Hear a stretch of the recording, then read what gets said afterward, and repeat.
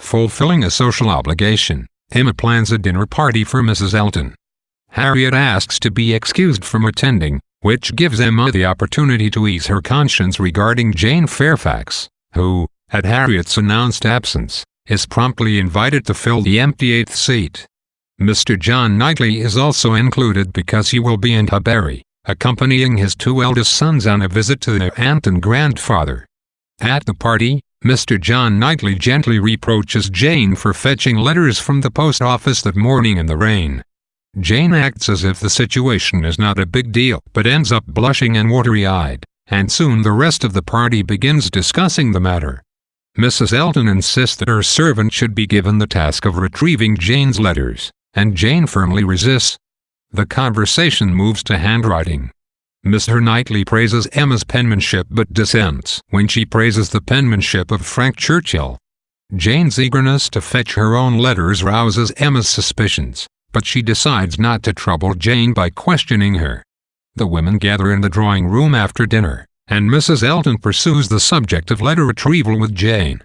She also insists on helping Jane find a governess position, though Jane explains that she will not seek a place until after she sees the Campbells in midsummer.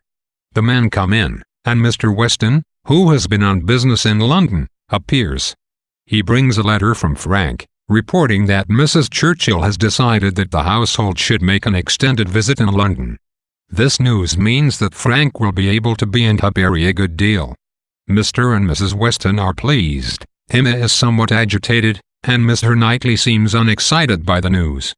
Mr. Weston and Mrs. Elton have a long-winded conversation in which they pursue comically different purposes.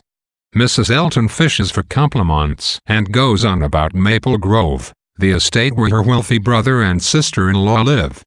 Mr. Weston talks about Frank and explains the illness of Frank's aunt and Mr. Weston's sister-in-law, Mrs. Churchill. Before the conversation becomes too heated, they are interrupted by tea.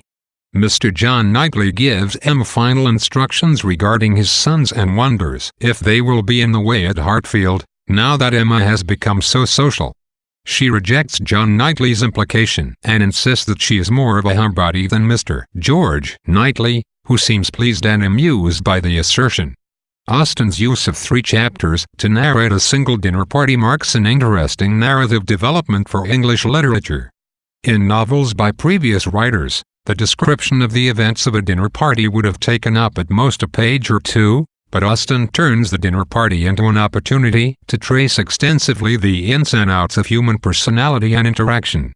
In doing so, she provides a model for later writers as disparate as Henry James and Virginia Woolf.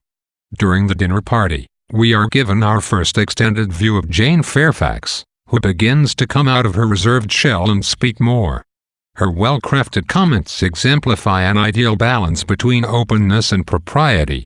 For example, when Mr. John Knightley observes, "When you have lived to my age, you will begin to think letters are never worth going through the rain for," Jane answers, "I must not hope to be ever situated as you are, in the midst of every dearest connection, and therefore I cannot expect that simply growing older should make me indifferent about letters." This answer is politely vague but also expresses real emotion. It engages our pity, but it tactfully avoids any suggestion of self-pity on Jane's part. Furthermore, when she firmly resists Mrs. Elton's aggressive offers of assistance, we realize that Jane's quietness and reserve do not indicate that she is dull or passive. She clearly has a mind of her own. In fact, Jane is the character who voices the novel's most explicit social protest, which seems to come directly from Austen herself. Jane speaks against the governess trade, which involves the sale, not quite of human flesh, but of human intellect. She admits that offices that advertise for governess positions are less morally deplorable than slave traders, but she adds, "But as to the greater misery of the victims, I do not know where it lies."